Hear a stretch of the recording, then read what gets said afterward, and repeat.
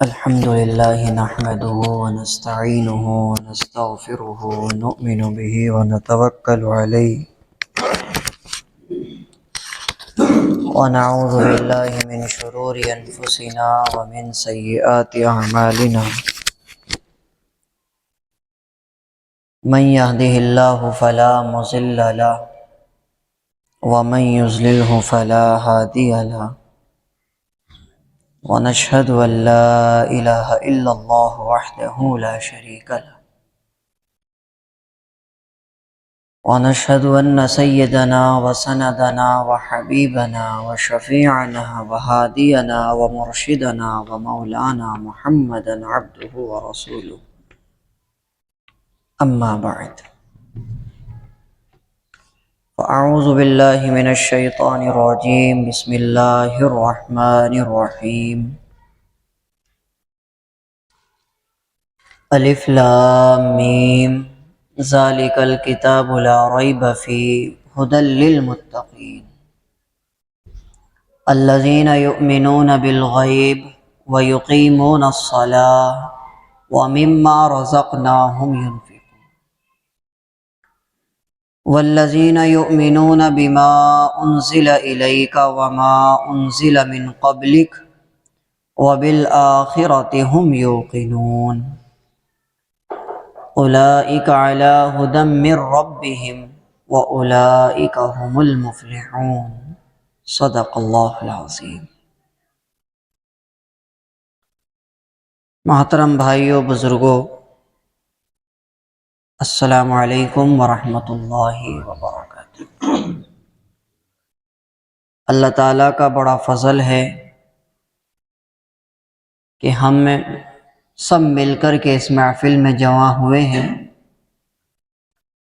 اور سورہ بقرہ کی تلاوت سننے کی ہمیں سعادت حاصل ہوئی ہے۔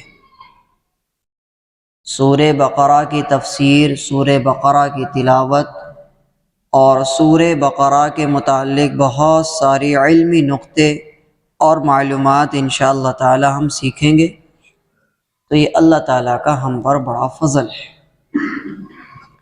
آپ حضرات کو اگر یاد ہو، پچھلے ہفتے میں نے سورہ بقرہ کے تعلق سے آپ کو بتایا تھا کہ یہ سورت مدینے میں نازل ہوئی ہے، مدینے میں نازل ہوئی ہے، اور اس سورت میں 40 رکوع ہیں۔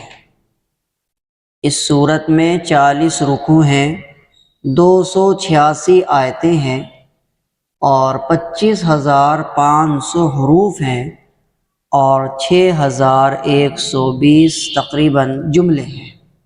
یہ میں نے آپ حضرات کو بتایا تھا۔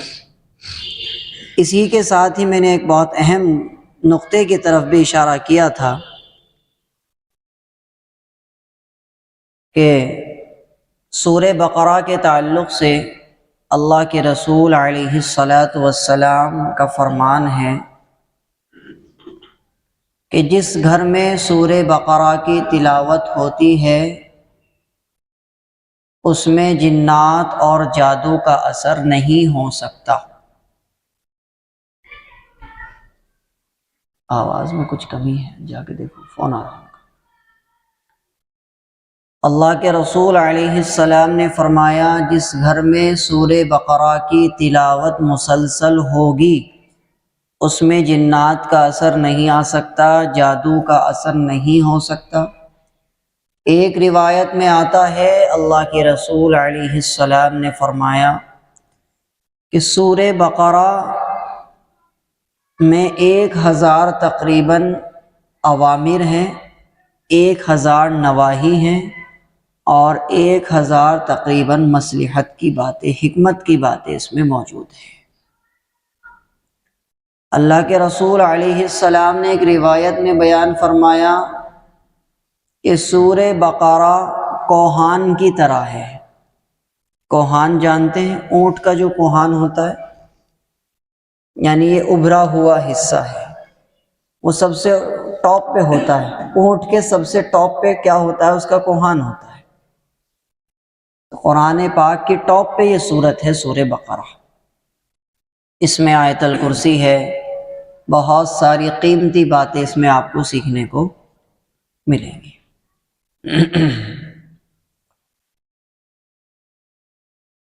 پچھلے ہفتے ہم نے 3 آیتوں کا ترجمہ اور تفسیر کی تھی، الف لام میم۔ اس کے بارے میں آپ کو میں نے بتایا تھا کہ الف لام میم کا کوئی مطلب، کوئی ترجمہ کسی کو بھی پتہ نہیں سوائے اللہ کے رسول صلی اللہ علیہ وسلم کے۔ اور میں نے آپ کو بتایا تھا یہ حروف مقطعات میں سے ہے، الف لام میم حروف مقطعات میں سے ہے، یہ آپ کو میں نے بتایا تھا۔ ذالک الکتاب لا ریب فیہ، اس کتاب میں شک کی کوئی گنجائش نہیں ہے۔ ھدی للمتقین، اور یہ راہ دکھائے گی ان لوگوں کو جو ڈرتے ہیں۔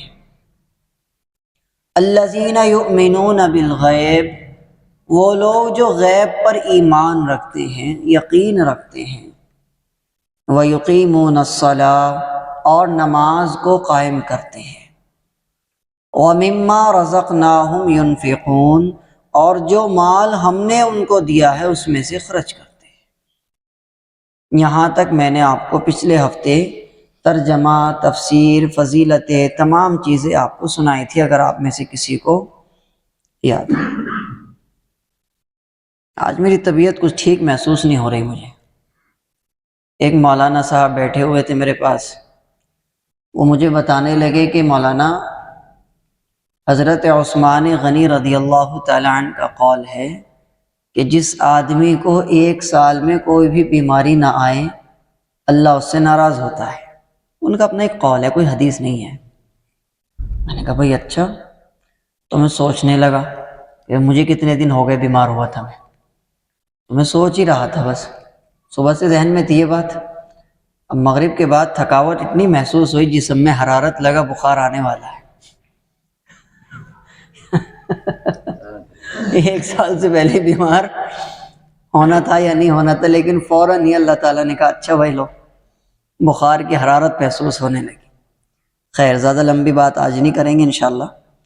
تو آج کا ہمارا سبق شروع ہوتا ہے یہاں سے، والذین یؤمنون بما انزل الیک وما انزل من قبلک، اور وہ لوگ جو ایمان لائے اس پر جو آپ پر نازل کیا گیا اے محمد، یعنی قرآن پر، اور جو ایمان لائے اس پر جو آپ سے پہلے ہے، توریت ہے، زبور ہے، انجیل ہے۔ یاد رکھیں آسمان سے ٹوٹل 4 لا نازل ہوئے ہیں، قانون، شریعت۔ ایک کا نام توریت ہے، ایک کا نام زبور ہے، ایک کا نام انجیل ہے، اور ایک کا نام قرآن پاک ہے۔ یہ پوری کی پوری کتابیں نازل ہوئی ہیں، لا، شریعت، قانون پورا۔ اس کے علاوہ بھی چھوٹی چھوٹی کتابچے، چھوٹے چھوٹے صحیفے بہت سارے نبیوں پر اترے ہیں۔ حضرت ابراہیم پر تقریباً 100 صحیفے اترے تھے، حضرت آدم علیہ السلام پر بھی تقریباً 110 صحیفے اترے تھے۔ تو مختلف نبیوں پر چھوٹے چھوٹے کتابچے آسمان سے بہت اترے ہیں، لیکن وہ مکمل ایک شریعت نہیں، ایک قانون نہیں تھا۔ قانون جو اترے ہیں وہ صرف 4 اترے ہیں، توریت، زبور، انجیل، قرآن۔ یاد رہے گی بات انشاءاللہ۔ تو یہاں پر اللہ تعالیٰ فرما رہے والذین یؤمنون بما انزل الیک، جو لوگ ایمان لائیں ان پر جو آپ پر نازل کیا گیا، یعنی قرآن کریم، اور جو آپ سے پہلوں پر نازل کیا گیا۔ اس سے معلوم ہوتا ہے کہ ہم سے پہلے جتنے رسول گزرے ہیں ہمیں ان پر بھی ایمان رکھنا ضروری ہے۔ اگر کوئی یوں کہنے لگے کہ میں تو موسیٰ کو نہیں مانتا، نعوذ باللہ، اگر کوئی یوں کہنے لگے میں عیسیٰ کو نہیں مانتا، نعوذ باللہ، تو وہ مسلمان نہیں ہے۔ سمجھ آ رہی ہے؟ مسلمان ہونے کے لیے یہ بھی شرط ہے کہ محمد الرسول اللہ صلی اللہ علیہ وسلم کے علاوہ 1,24,000 جتنے بھی نبی آئے ہیں سب کو حق اور سچ مانے، یہ ضروری ہے۔ اور آپ سے پہلے جو 3 کتابیں نازل ہوئی ہیں، توریت حضرت موسیٰ پر، انجیل حضرت عیسیٰ پر، اور زبور جو کتاب آئی ہے وہ حضرت داؤد پر آئی ہے، تو ہم سب کو یہ ایمان رکھنا فرض ہے کہ وہ تینوں کتابیں حق اور سچ ہیں اور اللہ کی طرف سے آئی ہیں۔ یہ اس آیت کا مطلب ہے، بات سمجھ رہے ہیں؟ لیکن اس میں ایک بات آپ ذرا ٹو دا پوائنٹ میری ذہن میں بٹھا لیں۔ اب جو کتابیں ہیں توریت، زبور، انجیل، اب جو کتابیں موجود ہیں ان کے اندر بہت زیادہ ترمیم کر دی گئی ہے۔ ترمیم کسے کہتے ہیں؟ بدل دیا گیا ان کو، وہ اوریجنل لک پر نہیں رہی ہیں۔ نہ توریت اوریجنل ہے، نہ زبور اوریجنل ہے، اور نہ انجیل اوریجنل ہے۔ تینوں کتابوں کو ان کے محققین نے یا ان کے پڑھنے والوں نے بدل کر رکھ دیا ہے، اس کے اندر بہت ساری چیزیں بڑھا دی، بہت ساری گھٹا دی۔ یہ صرف قرآن کریم کا ایک معجزہ ایسا ہے الحمدللہ کہ جیسا آسمان سے آیا تھا ویسا کا ویسا ہی موجود ہے اور قیامت تک رہے گا۔ نہ زبر میں فرق آیا، نہ زیر میں فرق آیا، نہ پیش میں فرق آیا، یہ جوں کا توں ہے۔ کیوں؟ کیونکہ اللہ تعالیٰ نے اس کی ذمہ داری لی تھی، اِنَّا نَحْنُ نَزَّلْنَا الذِّكْرَ وَإِنَّا لَهُ لَحَافِظُونَ، ہم نے قرآن کو اتارا ہے اور ہم اس کی حفاظت کریں گے۔ ان تین کتابوں کے بارے میں اللہ تعالیٰ نے ذمہ داری نہیں لی تھی۔ تو اگر کوئی عیسائی یوں کہنے لگے ہمیں کہ بھائی یہ بائبل بھی تو آسمان سے آئی ہے، تم اس پر بھی ایمان رکھو، تو ہم صرف اس پر تو ایمان رکھتے ہیں کہ وہ آسمان سے اتری ہے، اور جب وہ آسمان سے اتری ہے اس کے اندر جتنا کچھ تھا وہ بالکل حق اور سچ تھا۔ لیکن اب ان لوگوں نے جو اس میں گڑبڑی کر دی ہے، بڑھا دیا، گھٹا دیا، جو من پسند تھا، آسان لگتا تھا، وہ انہوں نے اس میں بڑھا دیا، اور جو مشکل لگتا تھا وہ اس میں انہوں نے گھٹا دیا۔ بات سمجھ آ گئی؟ ارے بات سمجھ میں آ رہی نا؟ ہاں ہوں تو کر لو۔ تو لہٰذا ہمیں ایمان اس بات پہ رکھنا ہے کہ توریت، زبور، انجیل جب آسمان سے اتری ہمیں اس پر ایمان ہے، اس کے اندر اس وقت جو موجود تھا ہمیں اس پر بھی ایمان ہے۔ لیکن اب جو موجود ہے توریت، زبور، انجیل، ہم اس پر مکمل طور پر ایمان نہیں رکھتے، کیونکہ اس میں ڈاؤٹ آ گیا ہے کہ تم لوگوں نے اس میں بڑھا دیا اور گھٹا دیا۔ آپ کو اگر توریت، زبور، انجیل دیکھنے کا شوق ہو کسی کو، تو عربی مدرسے میں موجود ہے، آپ جا کے دیکھ سکتے ہیں کہ وہ کیسی دکھتی ہیں اور وہ کس زبان میں ہے۔ دارالعلوم دیوبند میں بھی موجود ہے لائبریری میں، اور مظاہر علوم میں بھی تینوں کتابیں موجود ہیں، توریت بھی ہے، زبور بھی ہے، انجیل بھی ہے، عربی مدرسے کی لائبریری میں موجود ہے، آپ چاہیں تو دیکھ سکتے ہیں۔ تو یہاں پر اسی بات کو اللہ تعالیٰ بیان فرما رہے، وَالَّذِينَ يُؤْمِنُونَ بِمَا أُنزِلَ إِلَيْكَ وَمَا أُنزِلَ مِن قَبْلِكَ وَبِالْآخِرَةِ هُمْ يُوقِنُونَ۔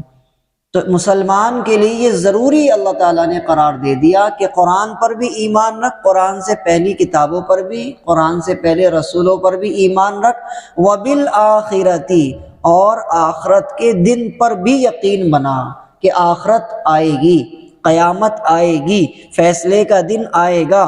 کیونکہ غیر مسلموں میں اور مسلمان میں صرف ایک سب سے بڑا فرق یہ ہے کہ وہ آخرت کو نہیں مانتے۔ وہ کہتے ہیں انسان مر گیا، ہم نے اس کو جلا دیا یا دفنا دیا یا گاڑ دیا یا جو بھی کچھ کیا، اس کے بعد وہ ختم، اب دوبارہ وہ زندہ نہیں کیا جائے گا۔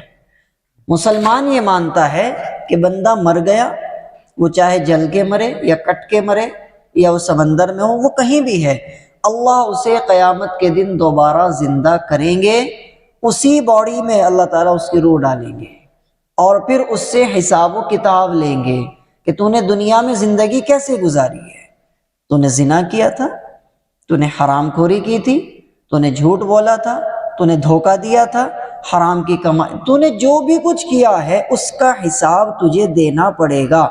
اور اگر ہم قیامت کے دن کا ہی انکار کر دیں تو پھر تو ساری چیزیں آسان ہو جاتی، پھر نہ جنت کی ضرورت ہے نہ جہنم کی ضرورت ہے، پھر ہمیں نیک کام کرنے کی ضرورت ہی کیا ہے؟ کیونکہ جب حساب ہی نہیں ہوگا، ایگزام ہی نہیں ہوگا، تو پڑھائی کرنے کی کیا ضرورت رہ گئی؟ بات سمجھ آ رہی ہے؟ تو لہٰذا قیامت کے دن کو ماننا یہ ہمارے ایمان کا اولین حصہ ہے۔ میں اپنی بات سمجھا پا رہا ہوں؟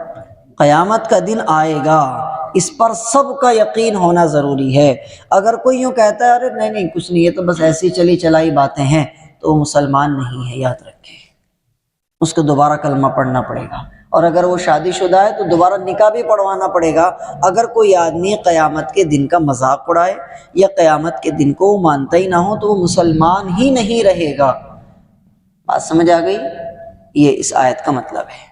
آگے فرمایا اولئک علی ھدی من ربہم واولئک ھم المفلحون، جو لوگ ایمان رکھتے ہیں اللہ پر، اللہ کی کتاب پر، اللہ کے رسول پر، یہی لوگ ہدایت پر ہیں اپنے رب کی طرف سے، اور واولئک ھم المفلحون، اور یہی لوگ کامیاب بھی ہیں، یہی کامیاب ہیں جو اللہ پر ایمان رکھتے ہیں۔ اب یہاں تک بات پوری ہو گئی ہے، اب آگے دوسری بات شروع ہوتی ہے۔ ان الذین کفروا، وہ لوگ جنہوں نے کفر کیا، سواء علیہم اانذرتہم ام لم تنذرہم لا یؤمنون، آپ ان کو ڈرائیں یا نہ ڈرائیں وہ ایمان نہیں لائیں گے۔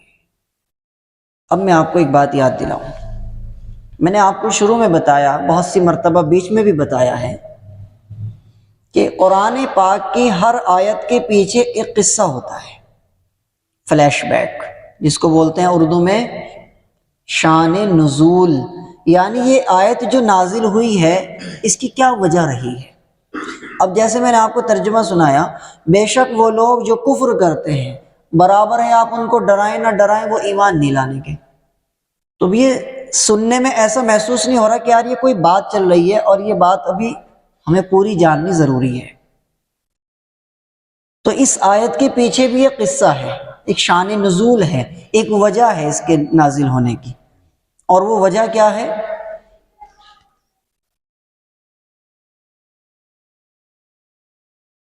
کچھ لوگ ایسے تھے اللہ کے رسول علیہ السلام کے زمانے میں، جنہوں نے اللہ کے رسول علیہ السلام کے ساتھ بدتمیزی کی، آپ کو پتھر مارے، گالیاں دی، مذاق اڑایا اور ایمان بھی نہیں لائے۔ ٹھیک ہے، کچھ لوگ ایسے تھے جنہوں نے اللہ کے رسول علیہ السلام کا نہ تو مذاق اڑایا، نہ گالی دی، نہ بدتمیزی کی، لیکن وہ مسلمان بھی نہیں ہوئے، بس وہ چپ تھے، بیعت بھی نہیں کرتے تھے، بدتمیزی بھی نہیں کرتے تھے، لیکن مانتے بھی نہیں تھے۔ بات سمجھ آ رہی نا؟ کچھ لوگ تو وہ تھے جو اللہ کے رسول کے ساتھ کیا کرتے تھے؟ بدتمیزی کرتے تھے، ہاتھ اٹھاتے تھے، مارتے تھے، گالی بکتے تھے، تانا دیتے تھے، بہت کچھ کرتے تھے۔ کچھ لوگ ایسے تھے جو اللہ کے رسول علیہ السلام کے ساتھ یہ سارے کام نہیں کرتے تھے، مگر وہ بدتمیزی کے علاوہ چپ رہتے تھے، بس مسلمان بھی نہیں ہوئے لیکن چپ رہتے تھے وہ۔ بات سمجھ آ رہی؟ اور تیسرے قسم کے وہ لوگ تھے جنہوں نے ایمان قبول کر لیا، وہ مسلمان ہو گئے۔ ٹھیک ہے، اب جو لوگ بدتمیزی کرتے تھے، گالی بکتے تھے رسول اللہ کو، یا برا بھلا کہتے تھے، یا تانے مارتے تھے، یا آپ کا مذاق اڑایا کرتے تھے، ان کے بارے میں یہ آیت نازل ہوئی ہے۔ کون سی آیت ہے یہ؟ دوبارہ سنیے، وہ لوگ جنہوں نے کفر کیا، ان میں سے آتے ہیں سب سے اول نمبر پہ ابو جہل، ابو لہب، عتبہ، ابی بن، بہت سارے آتے ہیں۔ بات سمجھ آ رہی؟ انہوں نے اللہ کے رسول کا مذاق بھی اڑایا، اللہ کے رسول کو گالی بھی دی، اللہ کے رسول کا اور بھی جس انداز میں توہین کر سکے انہوں نے کی۔ اللہ تعالیٰ نے کیا کیا؟ ان کے دلوں پر مہر لگا دی، اگر وہ ایمان لانا بھی چاہیں گے تو وہ ایمان نہیں لا سکتے یا رسول اللہ، کیونکہ انہوں نے آپ کی توہین کی ہے، آپ کی شان میں انہوں نے توہین کی ہے، آپ کی انسلٹ کی ہے انہوں نے۔ بات کو بڑی گہرائی سے سمجھنا ہے۔ ایک آدمی، اور رمضان آ رہا ہے، ایک آدمی روزہ نہیں رکھ رہا، گناہ ملے گا اس کو، گناہ گار ہے وہ۔ لیکن ایک آدمی روزہ بھی نہیں رکھ رہا لیکن مذاق اڑاتا ہے روزے کا۔ روزہ تو وہ رکھے جس کے پاس کھانے کو نہ ہو، روزہ تو بھوکے لوگ رکھتے ہیں، روزہ تو غریب لوگ رکھتے ہیں، روزہ تو وہ رکھتے ہیں جو فقیر ہیں۔ مذاق اڑاتا ہے، کیا یہ ڈرامے بازی ہے بھوکے رہنا پورے دن؟ نعوذ باللہ، مذاق اڑاتا ہے۔ تو جو آدمی روزہ نہیں رکھتا کوئی برائی نہیں ہے، اس سے گناہ ملے گا لیکن وہ مسلمان ہے گناہ ملے گا لیکن وہ مسلمان ہے۔ لیکن جو آدمی روزے کا مذاق اڑاتا ہے یا روزہ رکھنے والوں کو بیوقوف کہتا ہے، تو مسئلہ اور فتویٰ یاد رکھیے، وہ مسلمان ہی نہیں رہا، اس کا اسلام ہی سے تعلق ٹوٹ گیا، جس نے اللہ کے ایک فرض کا بھی مذاق اڑا دیا۔ بات سمجھ آ رہی ہے؟ ایک ہے کسی کام کو نہ کرنا۔ ایک آدمی نے، اب کتنے لوگ ہیں گاؤں میں جنہوں نے نماز نہیں پڑھی، اذان تو سب کے لیے ہوئی تھی، لیکن ان کے دل میں احساس ہے یار ہم نے نماز نہیں پڑھی، کوئی بات نہیں، گنہگار ہیں وہ لیکن مسلمان ہیں۔ لیکن ان میں سے اگر کوئی بندہ ایسا ہے جو نماز کو فرض ہی نہیں مانتا، یا نماز کا مذاق اڑاتا ہے، یا نماز پڑھنے والوں کا مذاق اڑاتا ہے، تو مسلمان ہی نہیں رہے گا۔ میں اپنی بات سمجھا پا رہا ہوں؟ عمل کو نہ کرنا، عمل کو نہ کرنا یہ بس گناہ ملے گا، لیکن اس کا مذاق اڑا دینا یہ اللہ کا مذاق اڑانے کے برابر ہے، یہ اللہ کا مذاق اڑانے کے برابر ہے، کیونکہ اللہ نے فرض کی نماز، اللہ نے فرض کیا روزہ، اللہ نے فرض کیا تمام معاملات کو۔ تو اگر اللہ کے فرض کیے ہوئے کسی بھی فرض کا کوئی بندہ مذاق اڑاتا ہے، توہین کرتا ہے، بے ادبی کرتا ہے، تو کیا ہے؟ یہ خطرناک ترین جرم ہے۔ تو ابو جہل نے، ابو لہب نے، عتبہ نے، بہت سارے لوگوں نے اللہ کے رسول کا مذاق بنایا، اللہ کے رسول کی توہین کی۔ آپ نماز پڑھ رہے ہیں، آپ کے اوپر اونٹ کی اوجڑی رکھ دی، برا بھلا کہا، آپ کو بہت کچھ تکلیف دی۔ ایک مرتبہ اللہ کے رسول جا رہے، ایک آدمی جس کا نام عتبہ ہے وہ گھوڑا صاف کر رہا ہے۔ اس نے کہا محمد اسی گھوڑے پہ بیٹھ کے میں تجھے قتل کروں گا۔ کہا تو لوگوں کو دین کی دعوت اور اپنے ایک خدا کی طرف بلانے کے لیے فکر مند رہتا، اسی گھوڑے پہ بیٹھ کے میں تجھے قتل کروں۔ اللہ کے نبی علیہ السلام مسکرائے اور فرمایا فکر نہ کر، میں ہی تجھے قتل کروں گا۔ بات سمجھ آئی؟ تو یہ کیا ہے؟ یہ توہین کرنا ہے۔ ان لوگوں کو اللہ تعالیٰ نے ایسی پھٹکار ڈالی کہ ان کے دلوں پر مہر لگا دی اور فرمایا ان الذین کفروا، وہ لوگ جنہوں نے کفر کیا، سواء علیہم اانذرتہم، برابر ہیں آپ ان کو ڈرائیں یا نہ ڈرائیں، وہ ایمان نہیں لائیں گے۔ کیوں نہیں لائیں گے؟ ختم اللہ نے مہر لگا دی، علی قلوبہم، ان کے دلوں پر، وعلی سمعہم، اور ان کے کانوں پر، وعلی ابصارہم، اور ان کی آنکھوں پر، غشاوہ، پردہ ڈال دیا۔ کیوں ڈالا؟ ان کو اللہ تعالیٰ نے محروم کر دیا۔ اگر وہ چاہیں بھی ایمان لانا، اگر وہ چاہیں بھی مسلمان ہونا تو وہ نہیں ہو سکتے، کیونکہ اے محمد انہوں نے آپ کے ساتھ بدتمیزی کی ہے، توہین کی ہے، بے ادبی کی ہے۔ بات سمجھ آ رہی ہے؟ اس کی تفسیر میں علامہ ابن سیرین، علامہ ابن کثیر اور بہت سارے علماء نے ایک بات لکھی ہے اس کی تفسیر میں۔ علماء نبیوں کے وارث ہوا کرتے ہیں، علماء نبیوں کے کیا ہوتے ہیں؟ وارث ہوتے ہیں۔ العلماء ورثۃ الانبیاء، اللہ کے رسول نے فرمایا علماء، عالم نبی کے وارث ہوتے ہیں۔ جو آدمی علماء کا مذاق اڑاتا ہے، علماء کی توہین کرتا ہے یا علماء کو بدنام کرتا ہے، اس کے لیے بھی یہی حکم ہے۔ اللہ تعالیٰ اس پر ایسی پھٹکار ڈالتے ہیں کہ وہ بھی اور اس کی پوری نسل میں اللہ تعالیٰ کوئی نیک بندہ بھی پیدا نہیں کرتے، حافظ اور عالم تو بہت دور کی بات ہے۔ جس نے بھی علماء کی توہین کی، علماء کا مذاق اڑایا یا علماء کے اوپر کوئی تہمت لگائی، اللہ تعالیٰ اس کی پوری نسل کو جاہل پیدا کرتے ہیں، بے دین پیدا کرتے ہیں، اور دنیا میں بھی اس کو سزا ملتی ہے۔ بات سمجھ آ رہی ہے؟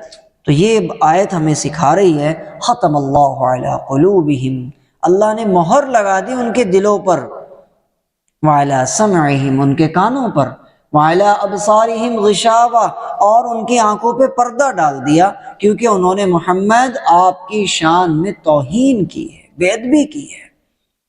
دیہات میں ایک بہت پرانی مثال مشہور ہے، با ادب با نصیب، بے ادب بے نصیب۔ جو ادب کرتا ہے نا اس کے نصیب بڑے اونچے ہو جاتے ہیں، جو بے ادبی کرتا ہے وہ دنیا میں بھی ذلیل ہے، لوگوں کی نظر میں بھی ذلیل ہے، اللہ کی نظر میں بھی ذلیل ہے، اور قیامت میں بھی ذلیل ہے۔ تو میرے بھائی ادب کرنا ہے انشاءاللہ۔ اگر کسی سے ہمارا مجاز نہیں ملتا، کسی بندے سے ہمارا مجاز نہیں ملتا، تو بس ہمیں یہ کہنا ہے کہ بھائی اس سے میرا مجاز نہیں ملتا۔ اس کے عیبوں کو اچھالنا، اس پر تہمت لگانا، اس کی برائیوں کو ادھر ادھر بتانا، یہ بہت خطرناک ترین جرم ہے۔ آگے فرمایا وَلَهُمْ عَذَابٌ عَظِيمٌ، اور ان کے لیے بڑا دردناک عذاب ہم نے تیار کیا ہوا ہے جو نبی صلی اللہ علیہ وسلم کی توہین کرتے تھے، گستاخیاں کرتے تھے۔ تو ایک تو وہ لوگ ہیں جنہوں نے اللہ کے رسول علیہ السلام پر ایمان نہیں لائے، ایک وہ لوگ ہیں جنہوں نے توہین کی، اور ایک وہ ہیں جو مسلمان ہو گئے۔ تو جو مسلمان ہو گئے ان کا تو ذکر کوئی نہیں، جو ایمان نہیں لائے ان کا بھی ذکر کوئی نہیں، لیکن جنہوں نے توہین کی یہاں پر ان کا ذکر ہے صرف۔ تو آج کی ہمیں ان تمام باتوں سے یہ سبق ملتا ہے کہ ہمیں کسی کی بے عزتی کرنے کا کوئی حق نہیں ہے، توہین کرنے کا کوئی حق نہیں ہے۔ اختلاف کرنا بھی سیکھنا چاہیے ہمیں۔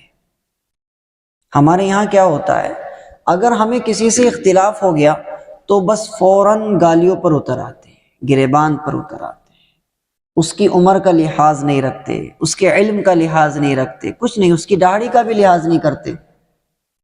میرے گھر کے پاس میں ایک چھوٹا سا بچہ تقریباً 16-17 سال کا ہوگا، اس کی ہائٹ بھی بہت چھوٹی، ایک رکشے والے نے اس کی کار کو ذرا سا ٹچ کر دیا اپنا رکشہ، تو وہ بچہ کار سے اترا، 16-17 سال کا ہی تھا، وہ امیر گھرانے سے ہے، باپ نے کار لے کے دی ہوئی ہے، تو وہ کار سے اترا اور اس رکشے والے کا وہ اس کے باپ کی عمر سے بھی بڑا نہ ہو، اس کا گریبان پکڑ رکھا اس نے۔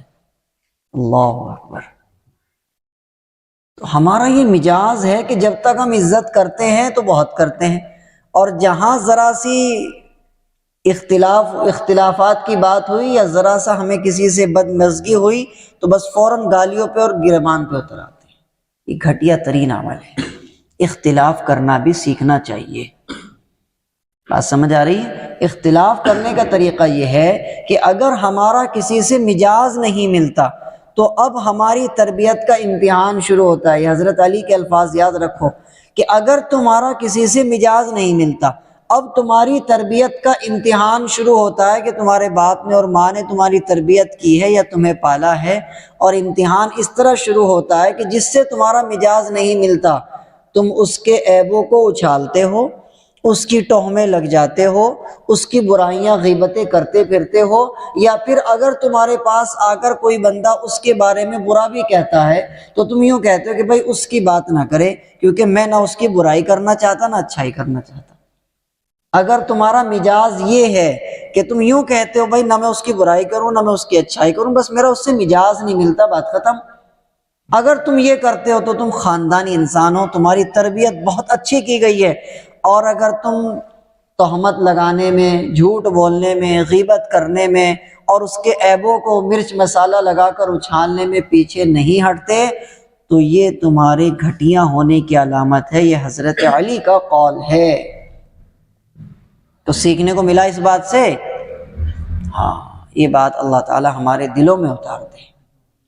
مختصر سا ذکر کرتے ہیں، اس کے بعد دعا کریں گے۔ اللہ اکبر۔ کعبے کی طرف رک کر کے بیٹھ جائیں، درود شریف پڑھ لیں، 11 مرتبہ، لائٹ بند کر دیں۔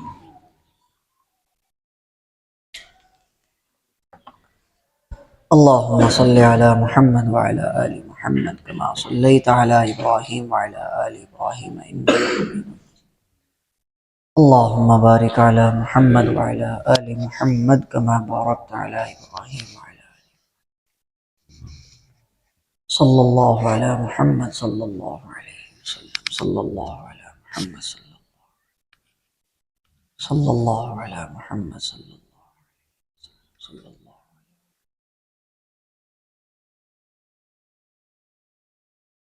جب ہم کہیں گے لا الہ تو اپنی گردن کو اپنے دائیں کان کی طرف اٹھائیں گے اور دل میں نیت کریں گے میرے دل سے دنیا کی محبت نکل جائے،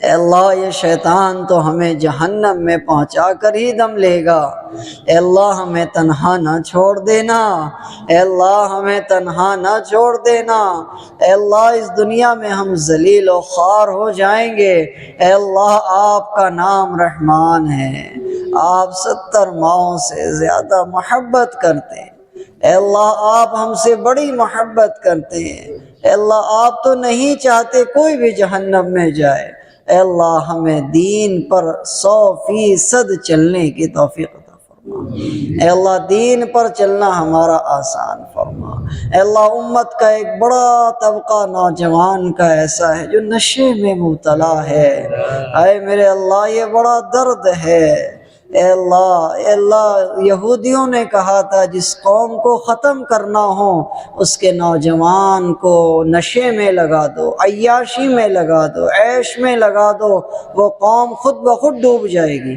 اے اللہ ہمارے نوجوان نماز سے دور ہیں، اے اللہ دہڑیوں سے دور ہیں، اے اللہ عیاشیوں کے قریب ہیں، اے اللہ زنا کے قریب ہیں، اے اللہ گناہ کے قریب ہیں، حرام کے قریب ہیں ہمارے نوجوان، اے اللہ اس امت کے نوجوان کو سمجھ عطا فرما، اے اللہ اس کے ذہن میں یہ بات بٹھا دے کہ تو اسلام کا پلر ہے، اسلام کا مضبوط پلر ہے نوجوان، پوری قوم کا پلر ہے نوجوان، اے اللہ ہمارے نوجوانوں کو نمازی بنا، دیندار بنا، حیادار بنا، اے اللہ شرمدار بنا، اے اللہ ان کے ماتھوں کو نماز اور سجدے کے نشان سے سجا دے، اے اللہ سجدے کے نشان سے سجا دے، اے اللہ ہمارے نوجوان کے دل کو پھیر دے، اے اللہ دنیا کی طرف سے اپنی طرف پھیر دے، اے اللہ ہمارا نوجوان بہت بگڑ رہا ہے،